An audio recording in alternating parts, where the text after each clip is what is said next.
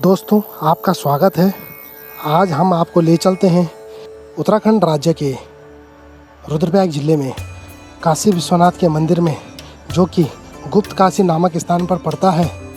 आपको जो सामने दो रास्ते दिख रहे होंगे, यह राइट हैंड साइड वाला जो रास्ता है, यह उखीमठ चोपता वैली की और मंडल होते हुए गोपेश्वर बद्रीनाथ की तरफ जाता है।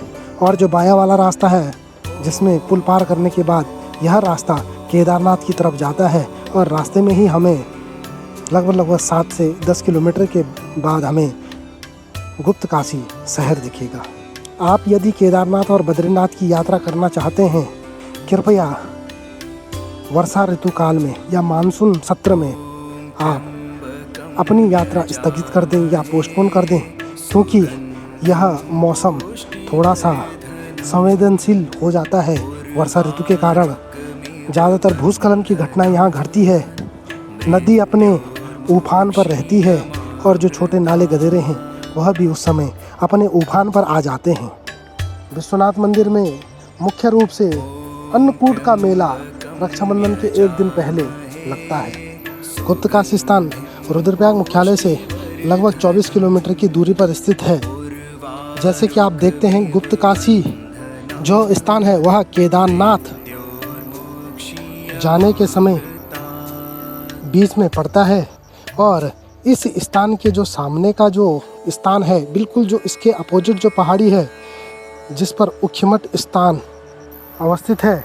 और उखीमठ में श्री केदारनाथ बाबा, श्री मदमहेश्वर बाबा का शीतकालीन गद्दी स्थल है, जहां आवास करते हैं शीतकालीन समय में। और उसके सामने गुप्त काशी में काशी विश्वनाथ जी हैं। दोस्तों, काशी विश्वनाथ पूरे देश में 3 हैं।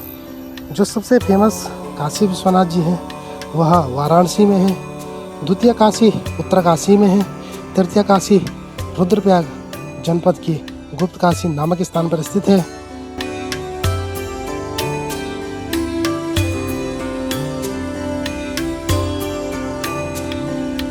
ओम त्र्यंबकं यजामहे सुगंधिं पुष्टिवर्धनम् उर्वारुकमिव बन्धनान् मृत्योर्मोक्षीयमामृतात्।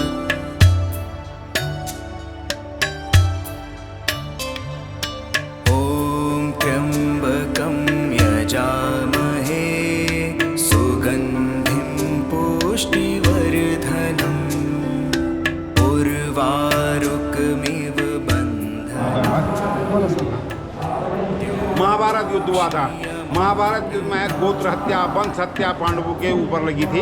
अपने दादा को ही मार दिया था, अपने भाई बंधु को, अपने गुरु को मार दिया था। तो उसमें वंश हत्या बोलते हैं, वंश हत्या लग गई, कहीं कहीं पाप हुआ था। तो धर्मराज युधिष्ठिर थे। धर्मराज युधिष्ठिर ने कहा, कृष्ण भगवान से प्रश्न किया युद्ध समाप्त होने के बाद, ये भगवान कहीं कहीं हमारे ऊपर पाप लग गया और ये पाप का निवारण कैसे होगा? तो भगवान कृष्ण ने कहा, उत्तराखंड में जाओ, शंकर भगवान की पूजा करने से तुम्हारे पाप दूर।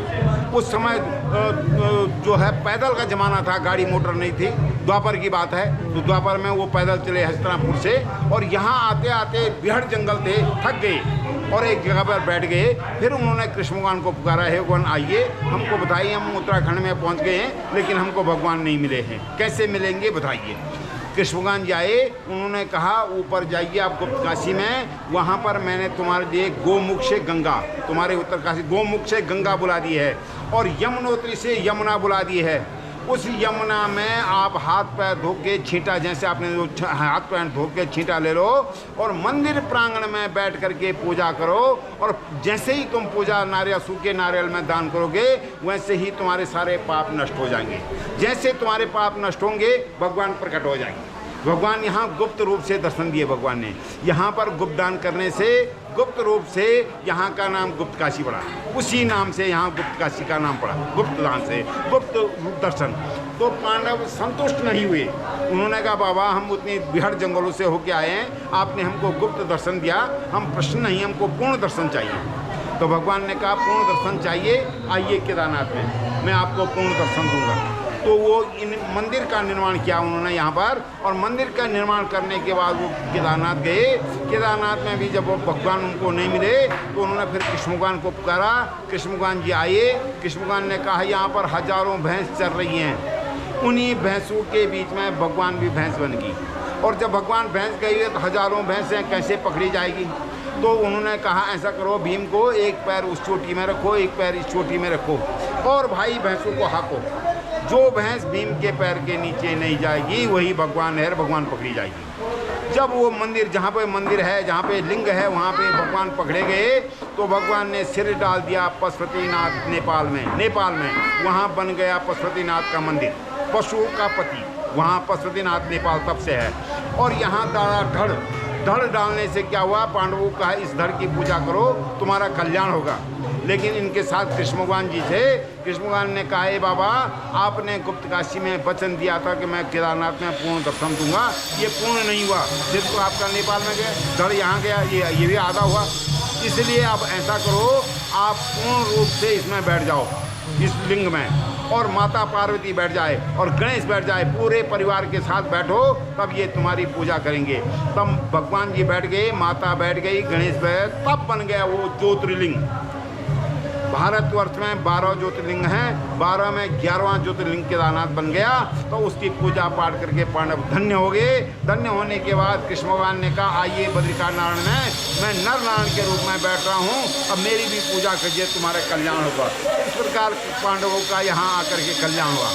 ये उत्तराखंड है। ते धन्याम स्वर्ग लोकेषु ते पूजाम सर्वदेवते श्री शिव पन्यास मनसो वशंतरायण, ये शिव भूमि है। ते धन्याम स्वर्ग लोकेषु, सब लोगों में ये केदारनाथ धन्य है। और ते पूजाम सर्वदेवते, उसको सब देवता पूजेंगे जो यहाँ पर पाठ पूजा करके जाता है। यहाँ का महत्व, इस माटी का महत्व इतना बड़ा है। तो ओहो भाग्य हैं आपके भी, हमारे भी, यहाँ पर आपके आगमन हुआ और यहाँ पर पूजा हो रही। बस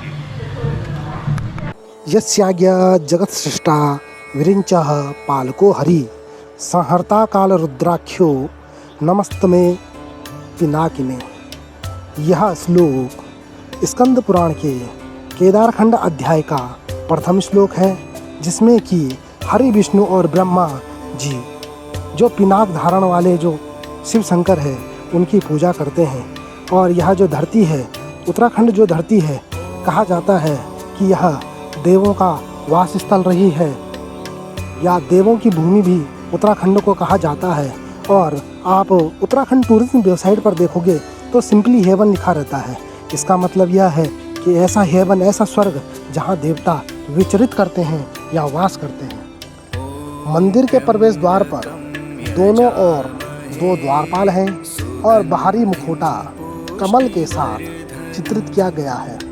प्रवेश द्वार के सर्वोच्च पर भैरव की एक छवि है जो कि भगवान शिव के भयानक रूप को इंगित करती है। अगर हम उत्तराखंड की बात करते हैं तो उत्तराखंड में अधिकतर मंदिर विशिष्ट उत्तर भारतीय मंदिर शैली में ही बने हैं, जिसे मालू प्रतिहार नागर अथवा इंडो आर्यन शैली कहा जा सकता है। प्रतीत होता है कि गुप्तोत्तर काल में जिस स्थानीय वास्तुशिल्प का विकास उत्तराखंड में प्रारंभ हुआ, वह कत्यूरी काल में पूर्ण विकसित होकर उत्तराखंड की सर्वमान्य शैली के रूप में प्रतिष्ठित हुआ। कत्यूरी शासकों के बारे में अनुश्रुति है कि वे प्रतिदिन सूर्य उदय से लेकर सूर्य अस्त तक मंदिर का निर्माण कार्य करवाते थे। वर्तमान में विद्यमान सर्वाधिक भव्य, कलात्मक और उच्च कोटि के मंदिर वस्तुतः कत्यूरी काल से संबंधित है। कत्यूरियों के उत्तराधिकारियों चंदों और पंवारों ने भी मूलतः कत्यूरी वास्तुशिल्प कला के आधार पर ही अपने मंदिरों का निर्माण किया था। हिमालय में जितने भी मंदिर बने हैं, अधिकतर मंदिर शैव संप्रदाय के जो अधिकतर मंदिर जो बने हैं वह नागर शैली के बने हुए हैं। अधिकतर मंदिर चबूतरे या अंग्रेजी में स्टेज कहते हैं, स्टेज के ऊपर बने हुए हैं और उस चबूतरे को जाने के लिए सीढ़ी बनी हुई है।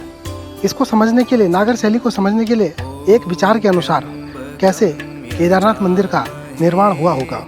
हम चबूतरा बनने के बाद की बात करते हैं, जो मूल रूप से जो है, जहाँ मुख्य मूर्ति होती है या मुख्य लिंग होता है, उसे गर्भगृह कहते हैं। गर्भगृह के अंदर मुख्य मूर्ति होती है और मुख्य मूर्ति के चारों ओर एक वृत्ताकार स्थान खाली होता है जहाँ पर परिक्रमा एवं मूर्ति की पूजा की जा सके।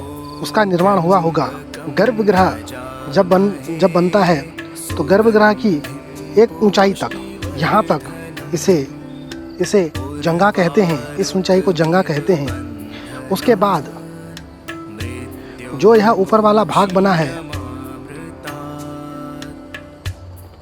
इसे शिखर कहते हैं। नागर शैली के मंदिरों में शिखर बहुत बड़ा होता है। शिखर के नीचे ही गर्भगृह होता है। शिखर के ऊपर जो है भाग बनता है जो कि पत्थरों पर कारीगर करके बनाया जाता है, उसे आमलक कहते हैं। आमलक के ठीक ऊपर जो यह भाग बना है इसको कलश कहते हैं। और इस प्रकार से गर्भगृह का निर्माण होता है।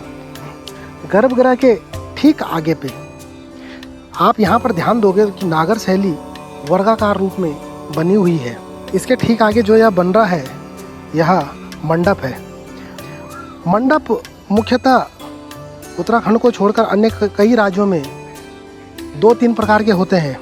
पहला मंडप छोटा होता है जिसे अर्ध मंडप कहते हैं, जो कि पहले मंदिर प्रवेश द्वार पे बनता है। दूसरा मंडप थोड़ा बड़ा होता है जिसे मध्य मंडप कहते हैं और तीसरा दीर्घ मंडप कहते हैं।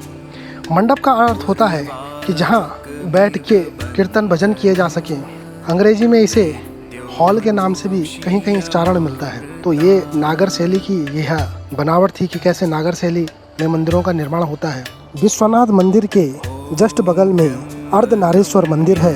कहा जाता है कि इस मंदिर में एक ही शरीर में दोनों का वास स्थल है। बायां भाग में माता पार्वती का अंश है एवं दाहिने भाग में शिव जी का अंश है। एक किंवदंती यह भी है कि पांडव मणिकर्णिका कुंड से भगवान शिव के जलाभिषेक के लिए जल ले गए थे। उसके पश्चात पांडवों ने इस स्थान पर माता पार्वती का ध्यान किया, जिसके बाद माता ने यहाँ अर्धनारीश्वर रूप आधा पुरुष आधा स्त्री में दर्शन दिए। अन्यत्र किंवदंती के अनुसार शिवजी भगवान ने माता पार्वती के सामने शादी का प्रस्ताव इसी स्थान पर रखा था, जिसके बाद माता पार्वती ने यह प्रस्ताव स्वीकार किया एवं दोनों इसी स्थान पर अर्धनारीश्वर रूप विलीन हो गए एवं उसके बाद दोनों का विवाह त्रिजुगी नारायण मंदिर में हुआ था।